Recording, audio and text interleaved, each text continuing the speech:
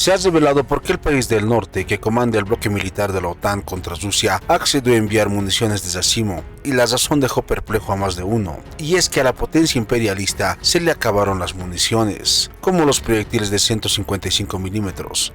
Realmente Rusia demostró su poderío al agotar las municiones del país americano y llevarlo a tomar decisiones tan desesperadas como el envío de municiones de racimo, prohibidas por el derecho internacional. Te traemos el informe completo, no cambies de canal. La decisión de los Estados Unidos de proporcionar a Ucrania municiones en racimo ha despertado la atención de la comunidad internacional. En este sentido, el teniente coronel militar estadounidense retirado Darian Goop declaró en un programa de Fox News Network el 10 de julio que la razón por la que Biden proporcionó municiones en racimo a Ucrania fue porque esta es la única munición que Estados Unidos puede proporcionar al país ucraniano.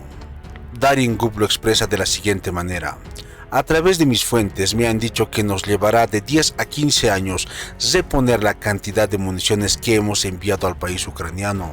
Goop agregó que Estados Unidos estaba muy escaso de municiones y se estaba quedando atrás en la fabricación de proyectiles de 155 milímetros y otros arsenales similares. Al describir la naturaleza de las municiones en racimo, Goop explicó: una bomba de racimo es básicamente un montón de pequeñas bombas dentro de una carcasa grande.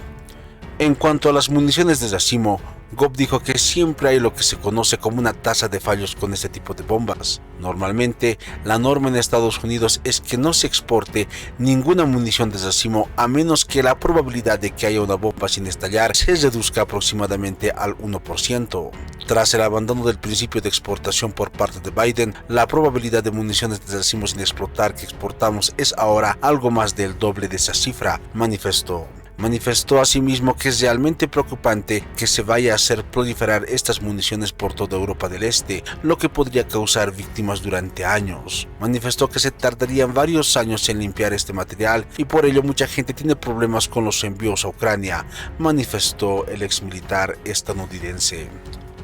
El presentador en la entrevista le preguntó a Goop cómo es posible que la nación más próspera del planeta no pueda satisfacer la demanda de municiones. Al respecto, Goop dijo: estamos enviando a Ucrania más rápido de lo que podemos fabricar. Tenemos algunas líneas de producción que están paradas. Algo realmente sorprendente para quienes se consideran la primera potencia armamentística del mundo.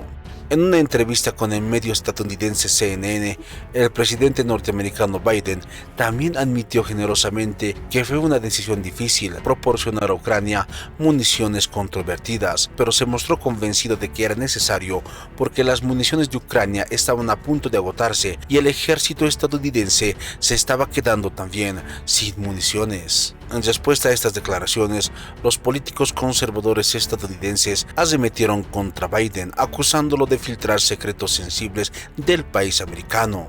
El presentador estadounidense del podcast, Steve Woods, acusó a Biden de soltar información que debería haber sido secreto de Estado, exclamando: es tan estúpido que no le preocupa que China lo oiga.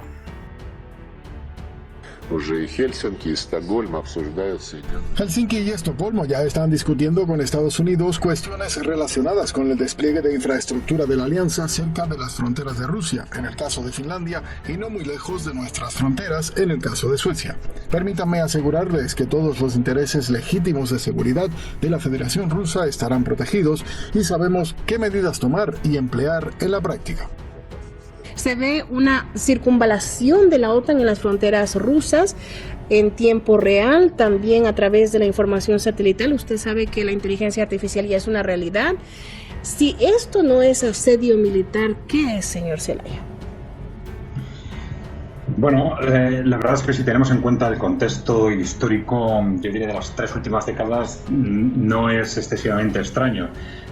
Sobre todo a partir del año 2000, de la llegada de los grupos que apoyaron a Vladimir Putin para llegar al poder. A partir de ese momento y de las medidas que se adoptan para sacar del poder en Rusia a las élites corporativas, a las grandes corporaciones, a los grandes inversores, que son más o menos, de alguna forma, los mismos que controlan Europa y Estados Unidos. A partir de ese momento, Rusia se volvió en un enemigo estratégico a batir a toda costa. Y entonces, las medidas que se han adoptado de acercamiento progresivo de la OTAN, pues de alguna forma, y es lógico también, se han acelerado a partir del estallido que se ha producido hace un año en Ucrania, ¿no?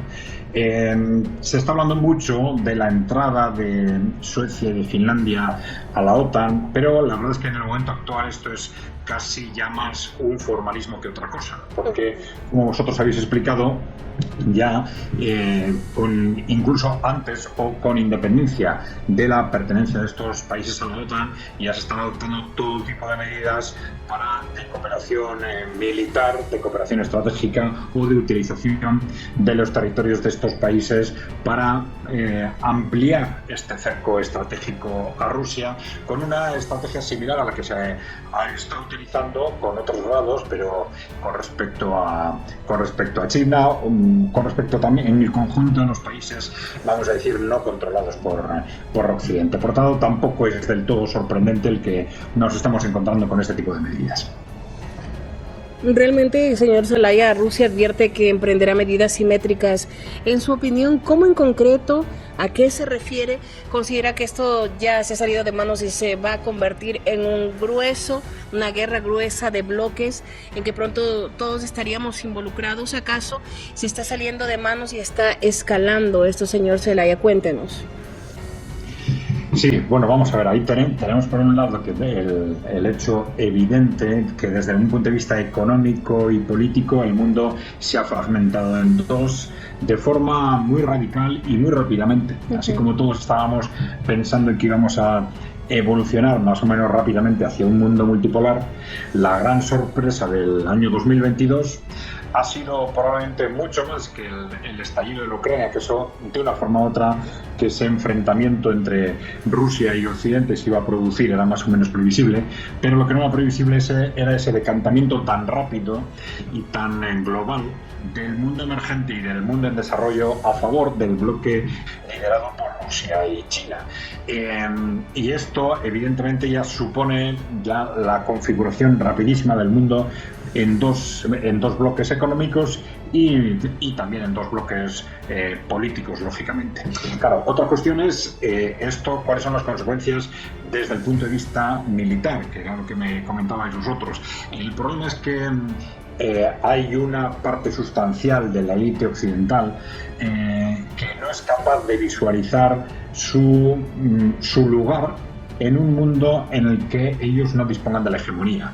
Es decir, tampoco esa situación en un mundo bipolar o en un mundo multipolar en el que ellos solo puedan controlar Estados Unidos y Europa no es para ellos en absoluto una situación estable y por lo tanto una situación aceptable. Es una situación en la que ellos mismos se ven en peligro, no solo como dueños del mundo, sino también como élites controladoras de Europa y de Estados Unidos. Es decir, y como consecuencia de esto ellos están dispuestos a hacer todo lo que sea necesario, y esa es la estrategia que han seguido durante 20 años para neutralizar a las potencias que no estaban bajo su control y que por tanto les pueden hacer frente, como Rusia y como China. Y esto puede generar actitudes de una creciente agresividad.